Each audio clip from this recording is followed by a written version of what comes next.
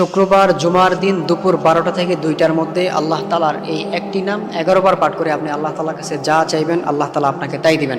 প্রিয় ভাইয়েরা আমার, শুক্রবার এটা খুব গুরুত্বপূর্ণ একটা দিন, বিশেষ করে এটা আমলের জন্য একটা অন্যতম দিন। কিন্তু দুঃখজনক হলো সত্য যে আমরা এটা দেখতে পাই শুক্রবারে আমাদের যারা মুসলিম আছে ম্যাক্সিমাম তাদের ছুটির দিন। এই দিনটা তারা বাইরে নাচ গান করে ঘুরে ফিরে এই দিনটাকে তারা অবহেলা করে শেষ করে দেয়। অথচ এই দিনটা হচ্ছে একটা আমলের একটা অন্যতম দিন। আর এই দিনেই কিন্তু কিয়ামত গঠিত হবে, এই দিনেই কিন্তু আসরের নামাজের পরে কিন্তু কিয়ামত হবে।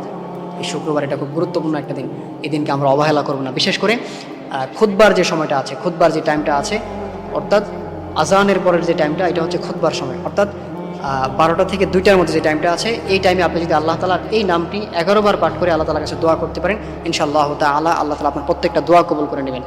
সেই নামটি হচ্ছে ইয়া আরহামার রাহিমিন, ইয়া আরহামার রাহিমিন, ইয়া আরহামার রাহিমিন। এই নামটি হাতে গুনে গুনে 11 বার পাঠ করবেন।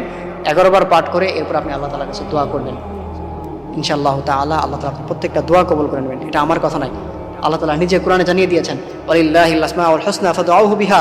ও গোলামেরা, আমার যে সুন্দর সুন্দর নামগুলো রয়েছে, তোমরা যদি আমি আল্লাহ তাআলা